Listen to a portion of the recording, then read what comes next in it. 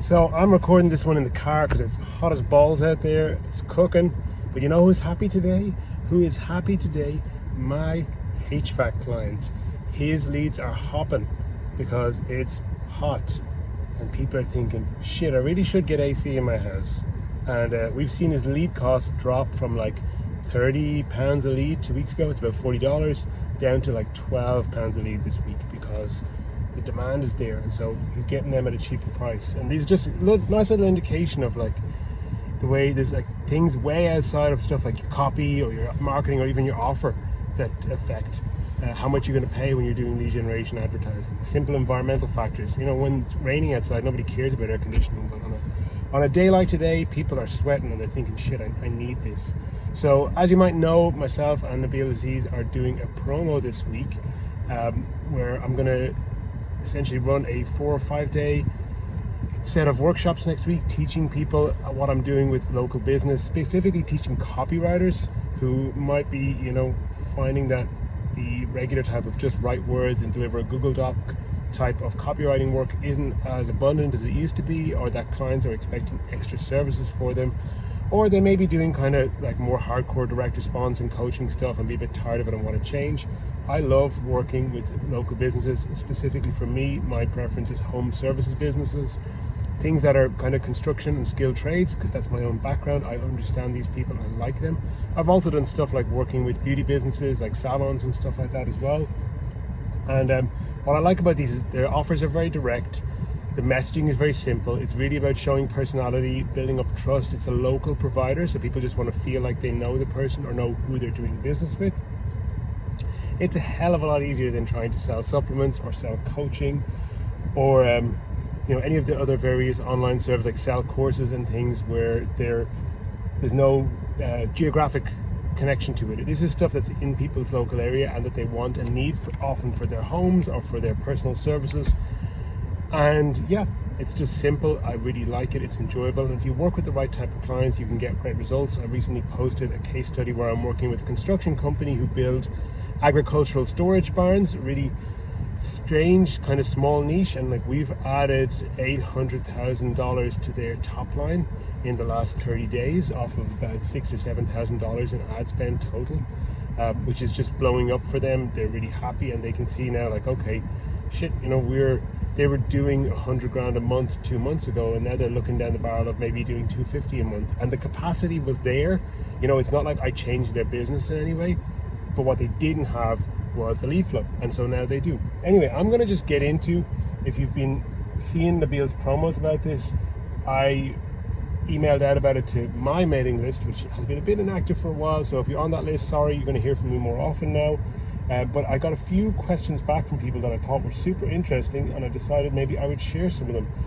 So one of them came from a friend of mine who is actually a brilliant copywriter, really good offer creator, and her message to me was that she lost all of her clients over the last couple of years, clients citing costs and citing AI as being a suitable replacement and wanting to save money.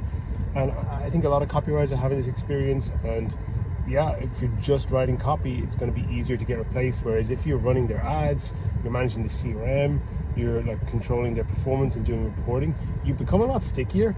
I mean, I run the CRM for my clients. I'm running for some of them their email list now too. There's like so many things when you start with their front end advertising, which is what business owners always want. They want more leads, they want more sales, they want new customers. Once you get them to work with you on that, and you do a good job and you're feeding them the leads and they're able to convert them, then there's lots of other things they might want you to do on top of that. So there's like natural next steps, natural second offers. And yeah, so if you're just writing copy and you're finding that work is drying up, actually doing like basically one person agency work is really, really good, adding more skills to your service to make yourself stickier with your clients. Second one was somebody who wrote from India, can I do this from India? And I was like, oh, like, you know, there's a dude from India running Google, there's a dude from India running Microsoft, you know, yeah, you can. I mean, you can do international business, it's no problem. If you want to sell to customers in the UK or US, yeah, you probably want to go and get yourself some kind of a business entity to do that. The simplest is probably to buy a single member LLC from a company like Busy or something like that. But that's kind of outside my domain. Not a lawyer, not an accountant, But yes, you can set up a business entity in the UK or US to be able to serve customers in those markets. I find UK and US to be my best two markets. I pretty much don't try and promote myself anywhere else. Anything else?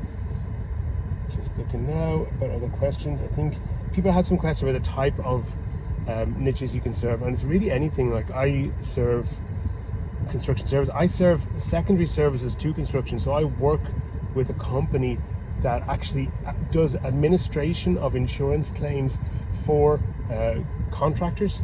So those contractors want to get insurance claims to get paid so they can do insurance work for their homeowner clients, and they don't have the in-house expertise to do it, and my client actually provides an agency service just to do that administration. So there's lots of really tiny little things that are, and it's a very successful business, that are very lucrative, that are just not known, but there's like layers and layers and layers of services on top of services. Every local business has insurance, every local business has an accountant, every local business will tend to have external staff to supply things like, you know, if it's a beauty salon, towels and sheets, could be a cleaning service, could be a security service. There's so much stuff out there that's locally based and is, I think, relatively easy to win some of these clients because they don't have the marketing skills in-house, and they usually don't have the budget or the wherewithal or even the desire to really become a marketing business. But if they're a leader in their local market and they want to grow, they also know that better marketing is important.